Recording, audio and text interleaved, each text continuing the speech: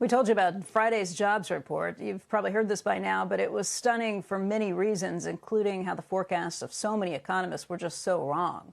Joining us right now to walk through the data is Heather Long. She is economics correspondent at The Washington Post.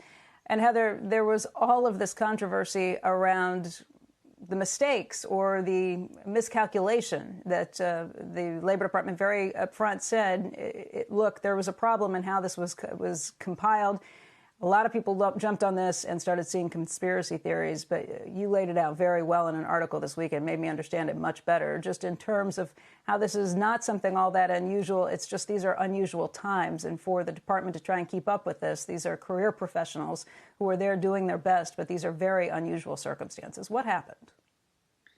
Yeah, I don't think I've ever seen so much interest in the footnotes of a jobs report before, but our story on the Washington Post on what's called the misclassification error went viral over the weekend and certainly generated a lot of buzz on Twitter.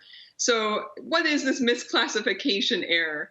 Basically, 4.7 million people were classified as employed but absent from work.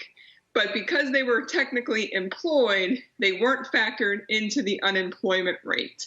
So the BLS had put that note at the bottom of the May report that says, look, the unemployment rate probably should have been more like 16.3% instead of 13.3%. Now, that said, the key takeaway here is obviously the unemployment rate would have been even higher in March and April as well. So April's rate should have been probably more like 19.7%. So May still was a decline in that.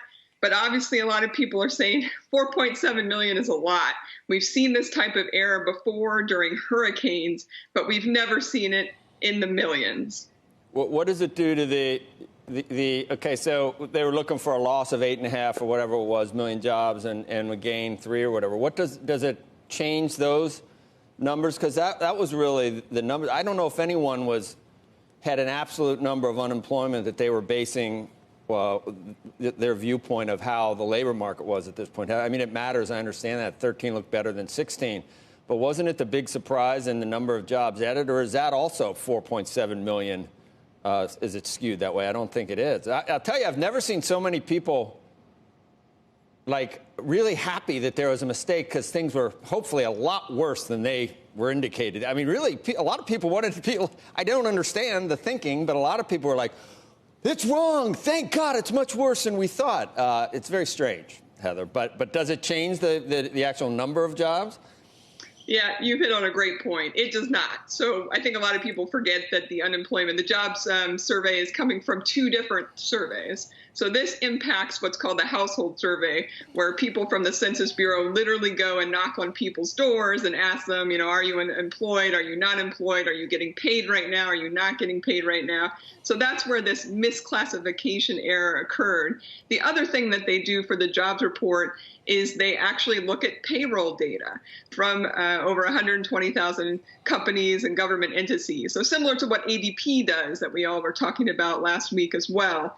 And so in the payroll number is the one that feeds into that headline 2.5 million job gain, which was positive. So that was not coming from people who were claiming they were employed. That was literally coming from the data that businesses have on their payrolls. So the forecasts are still I want to get back to this idea of a conspiracy. All of the people who thought the Obama administration was messing with the numbers now are convinced the numbers are right. All of the people who thought that the Obama administration never fudged with the numbers now think the Trump administration is doing this. Can you walk through the details of why those are both ridiculous ideas, why these numbers are the best that these career professionals can come up with, just how many households are measured with this, what the questions are, and why the BLS does not actually mess with the numbers. They want to make sure they're hands off so they're not seen as being somebody who is actually contaminating the evidence. Walk us through that. Yeah, the reason why the vast majority of people who actually spend their days looking and digging into this Labor Department data do not see any signs of rigging or let alone any sort of political tampering is because the BLS is being incredibly transparent about what happened here. And these numbers, as somebody said to me, it's a well-oiled machine. It's a highly automated process. They are using the same methodology that they use every single month. And the way that this data is calculated is, very standard. They go out and talk to 60,000 households for that household survey that feeds into the unemployment rate. And then they go out and they look at over 120,000 business payrolls and government payrolls. That number feeds into that headline 2.5 million job gain figure. And so that's done the same way it's done every month. It's also important to keep in mind that this is an agency, the Bureau of Labor Statistics, with over 2,000 career employees, many of whom are statisticians and economists, the best of the nerds, if you will. And, again, those people, their whole careers are staked on this. Many of them work there for decades. The only political appointee is the commissioner of the BLS. And former commissioners assured me that those numbers, they don't even see them until Thursday when the report is finalized. So shortly before they're sent to the president, there is no time to tamper with them. They do not have access to the underlying data. As a matter of fact, most people do not have access to all the underlying data. They would only have access to parts of it.